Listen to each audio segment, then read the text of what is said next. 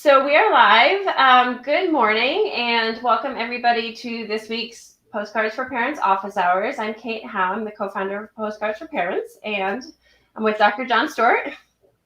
It's good to be here, Kate. And I have the honor of being affiliated in I guess I'm a clinical director. I'm somehow your clinical consultant. And we have these conversations and get to write some things together sometimes. And so I'm glad to be here, as I understand we're going to be talking about the topic of transitions today.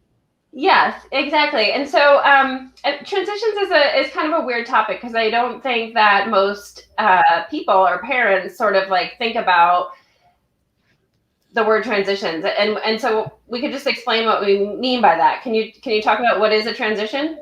Yeah. I mean, I think it is what it sounds like, but I think you're right. I think that parents oftentimes just think about, what is the task of life? It's moving from one thing to the next, and how do I get my kid to move from one thing to the next? And it's just something, well, I give them a directive and they do it and we move forward. But if you're a parent like many who it doesn't happen quite so smoothly, you begin to have some sense. If you haven't heard the word transition used in reference to a kind of a behavioral or developmental struggle, when you hear it, you go, oh yeah, I know what that is, right? What that is. And so transition just means the ability to disengage from, well, first of all, it means the monitoring and having an awareness of the need to disengage from what one is doing in the moment, to then the process of disengaging and process of setting your sights on what lies ahead or next. I just came up with that definition in the moment, so we might, as we talk, discover that there's some ways in which we want to amend it. But I would say that's what the process is about. It is a process, and there are multiple steps in it. And there are multiple aspects to what makes those go well and not go well that are associated with the child, their temperament, their neurology, the parent, their temperament, their neurology, the circumstances of the moment. There are just lots of different variables that can make transitions go either easier or not so easy. And so just one thing I want to back up and clarify is that there are both very typical, normal daily transitions, like waking up, getting ready in the morning, getting out of the house, maybe transitioning between classes, transitioning back to school, transitioning between caretakers, turning off the TV, putting down a book, eating dinner, like all those things that happen on a daily basis all have all these complicated aspects that we're going to talk about. And then there are much bigger transitions. So there's like the end of the school year, which we are going through now, or there's the transition from kind of pandemic lockdown to maybe opening up more, or there's the transition from finishing elementary school and starting middle school or adolescence. So that, and I think the complications apply to both small and big transitions. I agree that they are those are different kinds of, the different scales of transition. Those are big transitions versus smaller transitions, but they are first cousins. And that many of the dynamics and the pluses, the minuses, and strategies that are useful for one is also applicable to the other. Yeah. And also I just want to be clear that there's something that if parents pay attention to, they go better and your relationship improves and your kids are kind of less agitated. So that's why we're even talking about them. That's exactly. I mean, I think there are a few chronic challenges that can eat at the fiber of just the harmony of the family and the harmony of the relationships between caretakers and kids. Then the effective management of transitions. I mean, they can be tough. Okay, so let's kind of go into more of the details of that. What makes them difficult? Let's talk about some of the things, like what's happening and why it's hard. Well, I think that there are developmental variables that play into this. Certainly with younger children, their ability for split attention, meaning I've got 95% of my attention is on this, but 5% is watching the clock. Little ones don't do that. They're there and they're just in the moment. And that means that that you have the challenge of even awareness of the fact that a change is coming up. And if someone, and the other group that tend to do this are kids who have executive function weaknesses, or adults that where they have a tendency to, they get engrossed, they get deeply focused, and that can be a wonderful attribute, and it can also be a problematic attribute. But part of what happens if you're a little one who developmentally doesn't have that kind of split attention capacity very well, or you're an older one whose brain doesn't do that quite as well, it can be the first response to the need for transition is oftentimes not even attending to it. That's great. I'm sorry. And mom says now it's the fourth time that mom says or dad says, we've got to get ready to go. You've got to come. And now you bring out that kind of angry, mom or dad voice, and now you've got their attention. But they're almost coming into that transition from a state of being startled. Because they're going from, and a startle response is an anxious response, and it is one that will put us on our back feet and move us into a more primitive kind of response, one fight, flight, freeze kind of response. So transitions they're tricky with little ones and older ones whose brains don't quite do that as well as others, and it can end up feeling like very much a power struggle. It can feel very much like, my kid's not listening to me, you're not listening to me, and then the clock is ticking and I've got to go pick up my other kid at school within 5 minutes. And it's just, there's so many variables that can come in around this whole idea of how to make successful transitions, how to leave the playground, how all the different things that all the different transitions that need to happen in the course of a day. So thinking about this is, one of the things that I like about you often make the observation, Kate, that just being aware of something, just thinking about it, changes the frame on it some. I think that's true. Just going, all right, I want to make this easier. So I want to bring forth I want to be conscious about the way I'm doing it. Because the other dilemma is that anytime you've had a habitual pattern of something not going well, bedtime, bath time, whatever it is, as you move towards that, inside us as caretakers, and the child's probably oblivious to it, but as caretakers, as we move towards it, our anxiety starts to go up because we're anticipating it not to go well. As our anxiety goes up, when we then interact with the child and they read that we're vibrating a little bit, this is not good for anybody. Right. So I think just being aware of it and going, oh my goodness, all right, I want to find something that I believe in that can be helpful to make these transitions go better, because a emotionally well-regulated adult supporting a child with a transition is a very good start. Okay. So I just want to back up and hear a little bit more about, you said, so one of the first kind of reactions of a child who isn't kind of either too young or their brain just doesn't really focus on the organizational side is to just not even pay attention to it. So until they get the angry parent.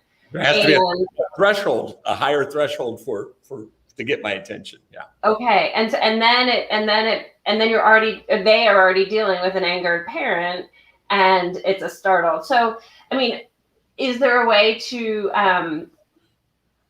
start them getting the attention before the parent is at that state? Yeah.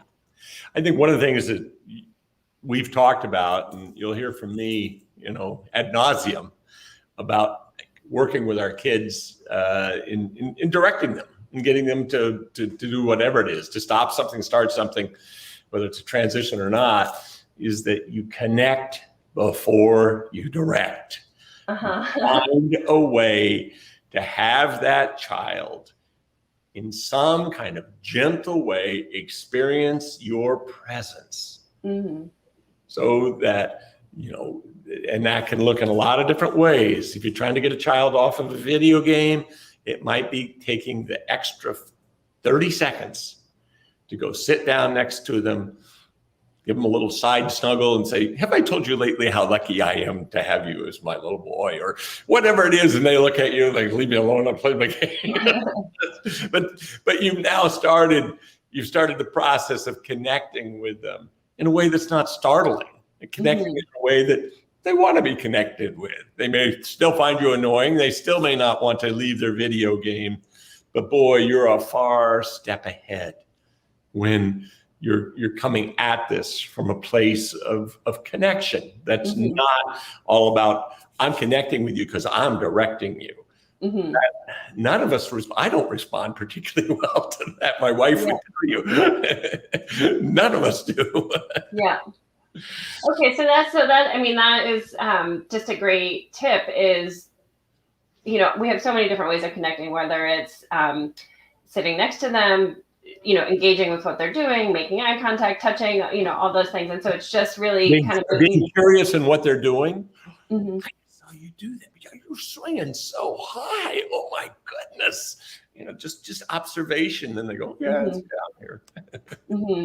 And probably also, acknowledging that they might not want to make the transition or how they're feeling about it. Not as your initial step, but that's another, if you begin to see some pushback on it, well, then you need to help them figure out how to regulate their emotion in response to it. If they're really having fun playing with their friend and they don't want to go and they've got to go and you've now got their attention and you're saying, buddy, we got to go pick up your sister, or, this or that. And you see that you read that they are not going in a good direction here. Well, then you go to your co-regulation skills, as we've talked about, I think, in other videos, but it always starts with kind of showing up where the child is. Kind of matching what Stern referred to as matching the vitality of the child's affective response. So if they're really upset, well, we don't want to be, but we're going to go have fun. No, because it's an empathic miss. But you don't want to go, do you, sweetie? And they go, no, I don't. Yeah, it makes you sad and mad that we got to go. Yeah, it does. Yeah, I get it. Yeah, man. And I'm not saying you do that and then the child just goes, well, where do I sign up to go? It's not that easy. But you're in a much better place to get their little brains quieted down. And now you can maybe even talk to them and say, well, if we go right now, we'd probably get an ice cream. Or not trying to bribe or getting them calmed down, not letting them negotiate. Well, if we go now, can we go get an ice cream? You don't want to get into that way of we sometimes talk about giving away power in a way that's not useful.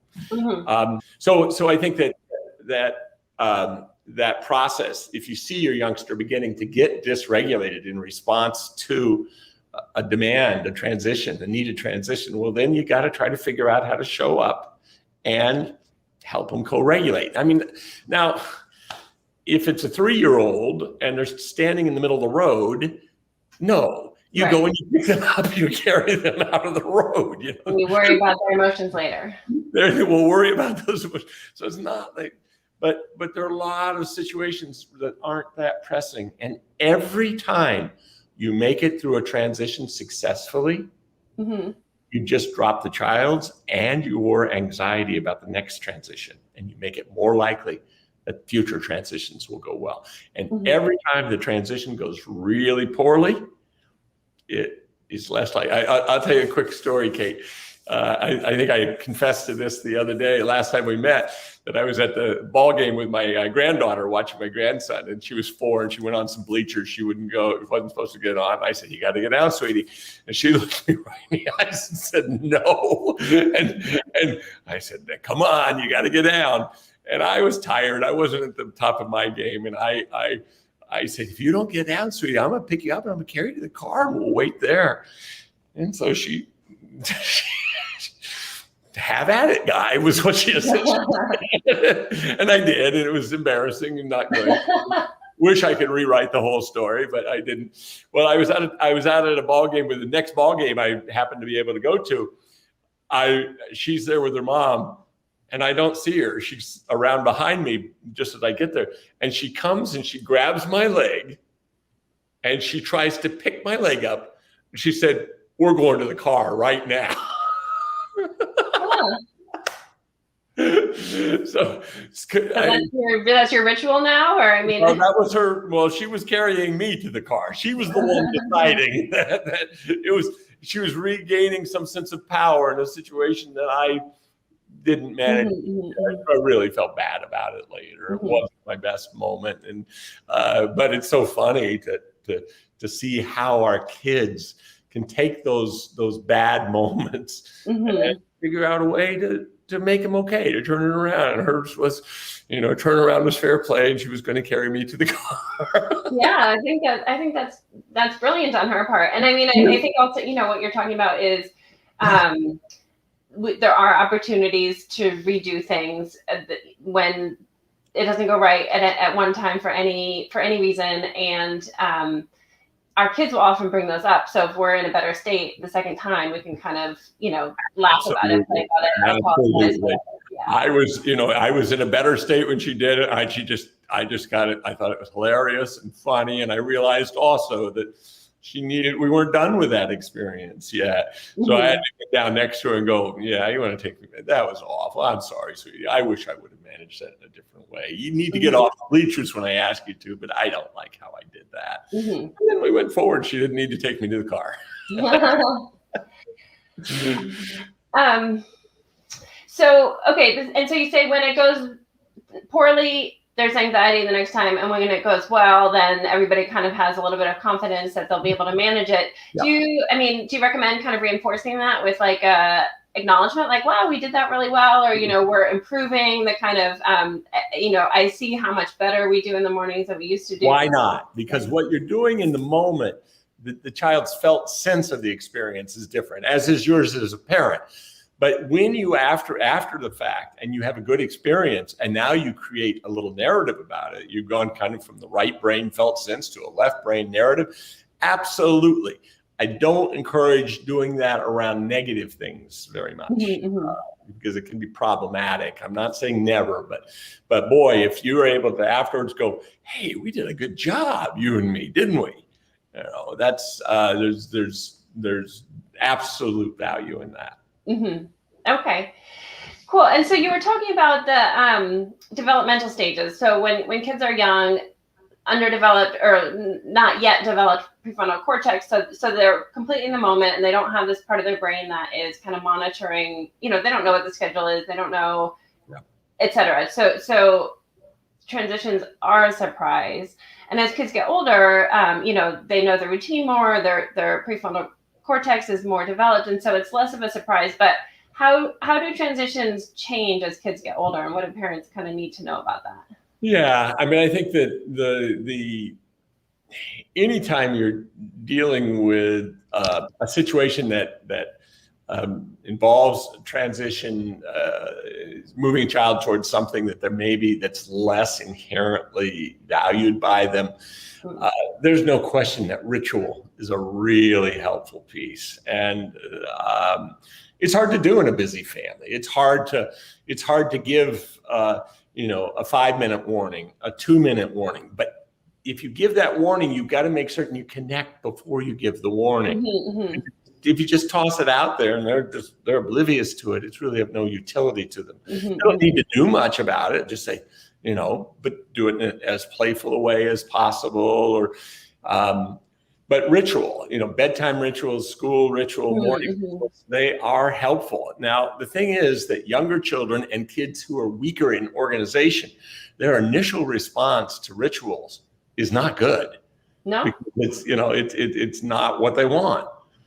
And so you have to recognize that and just go, all right, it's going to take a while for the child. We talk about the learning curve, that if up here is success and down here is failure, anything that we want that we don't start out with success with, we have to do it over and over to gain a point of competency. And so what often happens with us parents is we try something that's, good idea, pretty well thought out about a ritual we're going to put, and we try it once, maybe try it twice, and damn it didn't work, I'm done. looking for something else that we can try. And then ultimately we oftentimes fall back on old favorites like intimidation and coercion, and that's not what we want. But so anything you put into place, just recognize the ritual is going to take a while for it to be a ritual. And the more you're able to stay regulated yourself in the process, if you create a ritual or you try to promote a ritual, and in your promotion of it, you have all this angsty, kind of feeling, the ritual is not going to be soothing for the child. It's just going to be trouble. So, so much of parenting is about figuring out how to stay relatively chill, how to stay emotionally present, and not go to either transactional models like, well, if you don't do this, then that, or really more coercive intimidation. There are dropbacks, and we all are going to do them from time to time, but they do not facilitate the process of making transitions easier. Right. Okay, so I have several follow-up questions from what you just said. So one is around the idea of ritual. Can you just give us a couple of examples around like rituals to help transition? Sure. Let's say a bedtime. Bedtime is a difficult ritual for a lot of kids. So the ritual might be, something high in L-tryptophan, like, cheese or milk or turkey or something that, that induces sleep. You might say, well, we're going to go have this snack together, and dad does it one night and mom does it one night, and and then the ritual might be something really nurturing, like doing a hand rub or a foot rub. I found you can do this with, it's interesting. Older kids, preteens and teenagers, hand rub's a little too intimate, but they'll oftentimes let you do a foot rub. So you have some, moderately stinky 13-year-old boy's foot put on your lap and says, "Mom, rub my foot." Well, that's okay. That's so you do something that's nurturing. You then maybe, all right, we're going to read our story together, or you're going to, what? It's just building it so that there's steps and they're predictable, and that the lights out, and then if you got a kid that's going to want 3 glasses of water and go to the bathroom twice and all those kinds of things, you may want to build something into it that sounds a little transactional, and maybe it is, but things like, anytime you get enough sleep, you go to bed and there's no problem. The next morning you get to have the upper shelf horrible cereals. Otherwise, you just have to have Raisin Bran, or so that they just have some sense that there is some payoff in my not calling mom back in for the third time. And if they do call you back in for the third time, and you can't go from a child who does this 5 times a night, to 0. So you say, hey, I've been counting. We did 4 times last night. Let's see if you can do it only 3 times tonight. I think we'll probably get some cereal, but we'll have to just keep getting better and better at this. Just be creative, be playful. And if the child fails at it, then be supportive. There's no time when our kids need our support more than when they encounter a consequence for something that they didn't know how to manage yet. They didn't know how to manage not calling you in there for the 5th time, saying there's something under my bed, or whatever it is that they use as their particular strategy.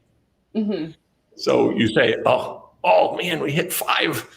Oh, but tomorrow I bet we'll stay under it. You stay positive. Right. And if they say, does that mean I don't get the cereal I want tomorrow? I said, oh, buddy, I'm so sorry. You co-regulate with them. Oh, I'm sorry, buddy. There is the next day, but I am sorry.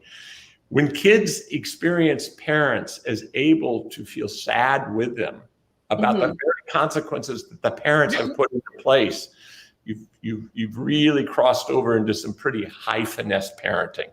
Yeah, that's interesting because you could think that they would blame you for setting the consequence, and then say, well, you don't care because you still set the consequence. But you're saying that if you are connected enough and warm enough, they kind of, that's more important, and they maybe then the consequence seems more important. there are two things associated with that, Kate. One is, you're right, is the style in which you respond is really important. But the other it goes back to the issue of ritual and the child knowing, oh, here's the family rule is if you get woken up on. So the rule is the issue. It's not you arbitrarily in the moment saying, you do that one more time, buddy. Because when the child experiences an arbitrary response that has this line that gets crossed, they are much more likely to see the issue as you, and they're much more likely to be reactive to you. Where if you guys can join together in your healthy frustration and disdain with the stupid rule, the stupid rule, and they might say, well, why don't you change it? Well, no, you can't change rules. They're important. I'd have to talk to Dad. I'd have to call Grandma and Grandpa. Family rules are really a big deal. So the idea that when it's really predictable and rules are followed pretty consistently, well, then when the parent has to enforce the cost of particular behavior, and I don't want, one of the dilemmas that's very real in talking about this kind of dynamic is you don't want to get lost in some kind of big transactional dynamic with a child. Well, I'm going to find the perfect reward in the most painful consequence, then finally I'll get compliance. The reward and consequence stuff is really, it is just a little bit of something that helps the world make a little sense. It's a little more concrete. It's the relational, it's the maintenance of the relationship that really matters. Yeah. And so one further question about that. I mean, so it's interesting that you're putting the kind of value on the rule instead of saying like, sleep is important. You have to get sleep so that you feel good tomorrow, kind of like the real reason why you want them to go to bed. Yeah. Well, that's a rational kind of thing. And it's likely to have no traction at all. Okay. Where the rule is a little more, it's a little immutable. It's a little clearer, and particularly if we live by that rule every night, and we figure it out. So the rational explanation for why it is you're being a good parent by wanting your kid to go to sleep is rarely. I mean, every once in a while, there are some kids who are very thoughtful about those kinds of things. I never had one, but they, the older they get, the more they are able. Yeah. To that kind of thing. I mean, I wasn't saying that the rational reason would kind of change their behavior, but just as a parent, that's what I tend to lean on more than like that's a rule. That's like the sort of because it's like after because. It doesn't matter what you say. It's just like whether because that's a rule or because. And Kate, if that works, then that's great. I'm not being snarky in saying that. I mean it. If you've got a kid who in that moment is able to hear that and go, okay, all right, and they do sometimes. And that child might be able to do that one night, but another night not be able to do that. So, And also probably we should just underscore the play aspect, because in terms of whether it's part of the ritual or just part of, a transition that comes up for one reason or another, if a parent can kind of make it playful, that really helps. There's no question. This past week, I was doing a seminar for the psychiatry residents on a program called TheraPlay, which comes out of the TheraPlay Institute in Evanston, Illinois. And in doing that, it just gave me a chance to go back and read and think more about just the power of play. It is very, very difficult to be anxious or afraid or hurt or sad in the context of playful exchange. And that when we as parents can have the wherewithal to turn a potentially difficult situation into one where there's some laughter, there's some silliness, there are a few things that will get you through that moment as well, and as few things that will cement in that child's mind that those moments are going to be okay. Do you have any quick tips for parents to kind of like move from that, oh, I'm getting so frustrated, to okay, let me think of a playful way to do this? The more silly, the better. I mean, mom or dad dropping to the floor and going, oh my goodness, my mouth, people don't seem to hear what I'm saying. I'm talking and nobody's hearing it. And then your kid, the more, and Theraplay talks about this in terms of the engagement of kids, is surprise them. Okay. Things that are surprising, pull them in a way. Now, you don't want to scare them, but just do something that's unexpected. It could be starting to sing a song to yourself, mm-hmm. and then all of a sudden have one of the notes just screech, or there's just so many ways. Just do something that's kind of silly, that is somewhat unexpected. Uh-huh. And it will almost always pull them in, because first you've got to get their attention, and then you've got to get them to experience the playfulness. And so something that's a little off, although you might have them have the ritual is something that they want. You might have a 3-year-old who doesn't want to go to bed, and the dad, long ago came up with a thing of laying on the floor and say, I don't want to go to bed. I don't want to go to bed. And the mom's saying, yes, you have to go to bed, Dad. No. A 3-year-old, a 4-year-old, a 5-year-old might say, hey, Daddy, lay on the floor. Be a little baby that won't go to bed. Okay. Yeah. So some things get ritualized that are just fun and silly, and other things you surprise is to your advantage. Yeah. And we have this rubber chicken that somebody gave us when the kids were little, that makes an awful noise. You squeeze it and its eyes pop out and it talks. And it's like at the back of a cabinet, because it made my hair crawl, my skin crawl every time it went off. But now I'm thinking that could be our sort of, morning 5 minutes to shoes on type. Absolutely. Yeah, absolutely. Yeah, absolutely. Yeah. And also, as I hear you describe these, I mean, it seems like, again, it's maybe a difficult transition for a parent to go from a place of being really angry and frustrated to a place of play, but that can be a way for parents to kind of discharge some of that frustration as well through the play. The absurdity, and being like, hey, won't go to bed, or the role reversal. I mean, that's something that we always have fun with. Absolutely. I mean, it is a way for us to kind of regain our stuff. I mean, when you're made to feel powerless by somebody who weighs 1/10 of your weight, or maybe more than that, but somebody who's, just little, or somebody who's been taken care of all day long, and powerlessness does not take us to a very graceful place. Mm-hmm. And we're tired, but it's so clear that the more you get upset, the more it's going to set the stage for you to get upset, the more the behavior is going to elicit that.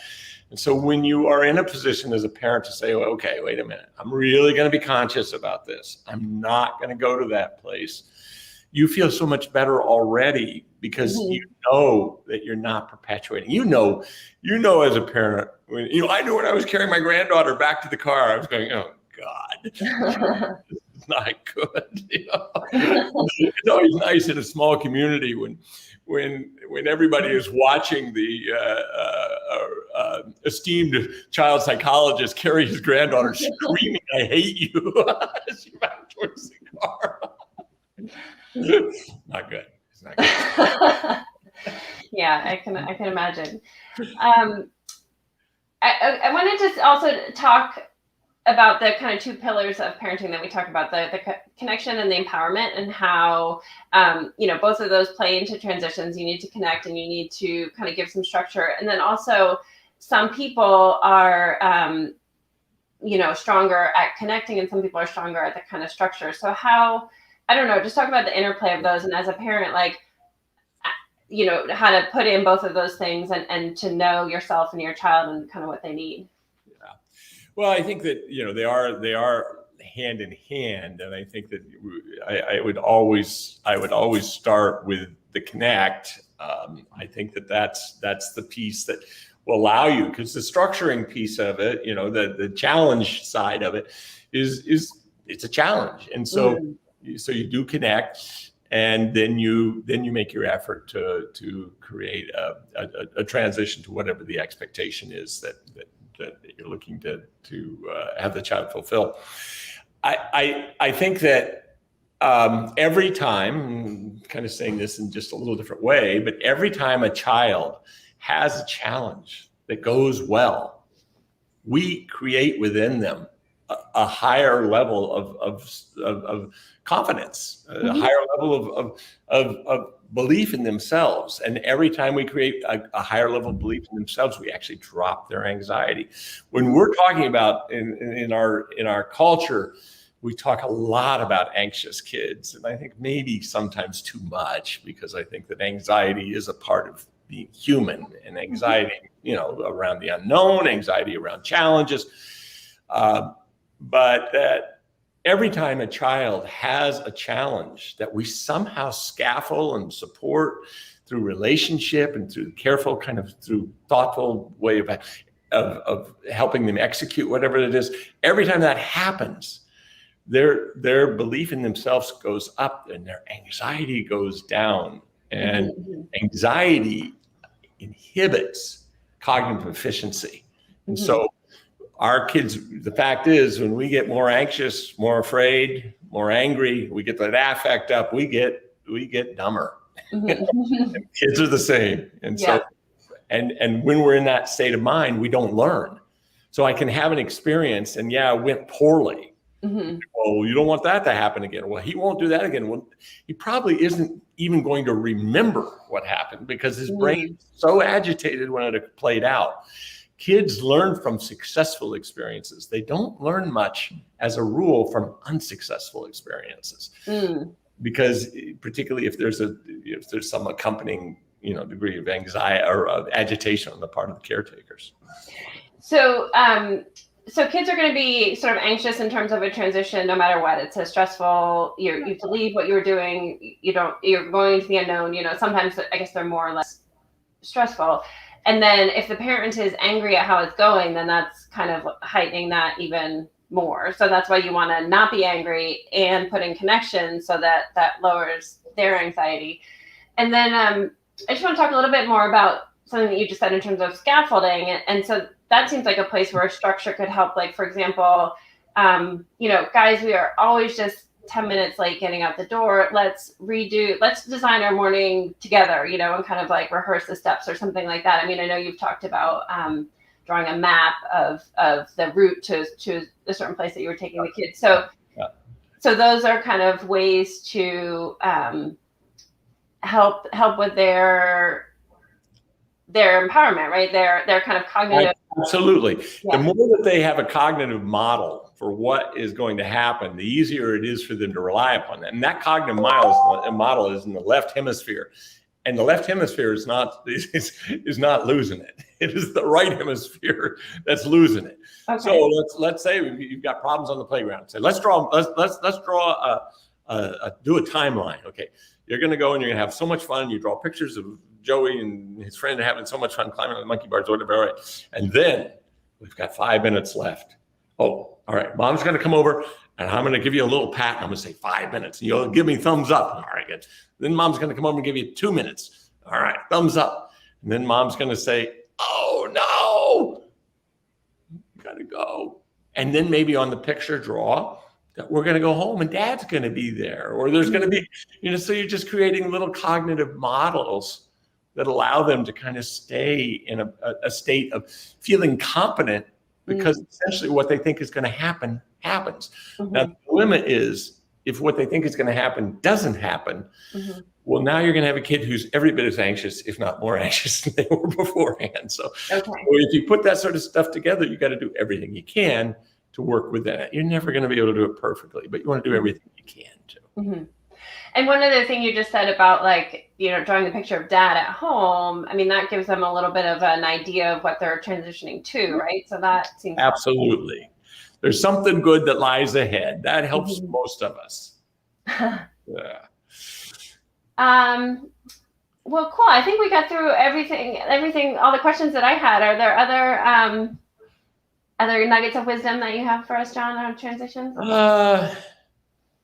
I think, the one issue might be how moms and dads might handle transitions differently from one or the other. And I do think that tension can build between parents around those issues, and that when the tension becomes problematic between mom and dad about the way in which a transition is managed, like, all right, getting the kids ready to leave for school, whatever it is, when tension builds between them, dad sees mom as too lax, or mom sees dad as too harsh, or, however it is, you want to address that before, if possible, the kind of the strategies you're going to use, because that is divisive, and it creates anxiety for kids.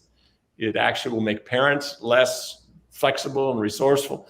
And generally speaking, those are not huge issues. So you just sit down and you go, look, I know you're wired in a way that it works really well if it goes this way, Dad. And Mom says, so we got to find a way. We can figure out a way. Let's figure out a plan, because I know you don't want to be mad at me, and I don't want to be mad at you. And so let's just not let these little monsters tear us apart. And so, I mean, just recognizing that that is a common dynamic that can be divisive in families. How do parents manage kids who are not managing transitions or any sort of non-compliance? You really want to get mom and dad on basically the same page. And I mean, I can't help but noticing that it's kind of the same two factors with mom and dad. It's like affirm your connection, and that you both have the same goal in mind, and you care about each other and the family, and then come up with kind of your structure around it. Absolutely. It's the same thing. Yeah. Love it when it works out that way. Yes, it is. It all centers down to a couple things. Yeah. Well, super. So thank you so much. I hope that this will save some meltdowns in the morning, and also, I just want to go back to kind of the bigger ones as well, and that, for example, a graduation or the end of a school year or moving or something like that, that those also need both the connection and the kind of absolutely, and the mapping it out and the talking about it. But sometimes big transitions, some kids they don't want to talk about it. So you got to let the kids follow you follow their lead with some of that. But it is the same. You're right. It is essentially the same process. It's the connection and a little bit of additional structure. And just being aware that it's a thing. Absolutely. Yeah. Okay. All right. Well, that's great. So we'll be back next week, same time, same place, with I think we're going to talk about something more fun next week. Joy. That sounds good. I'll be studying that. Awesome. Okay. Have a great week, John. I'll talk to you soon. All right. Okay. Bye-bye. Thanks.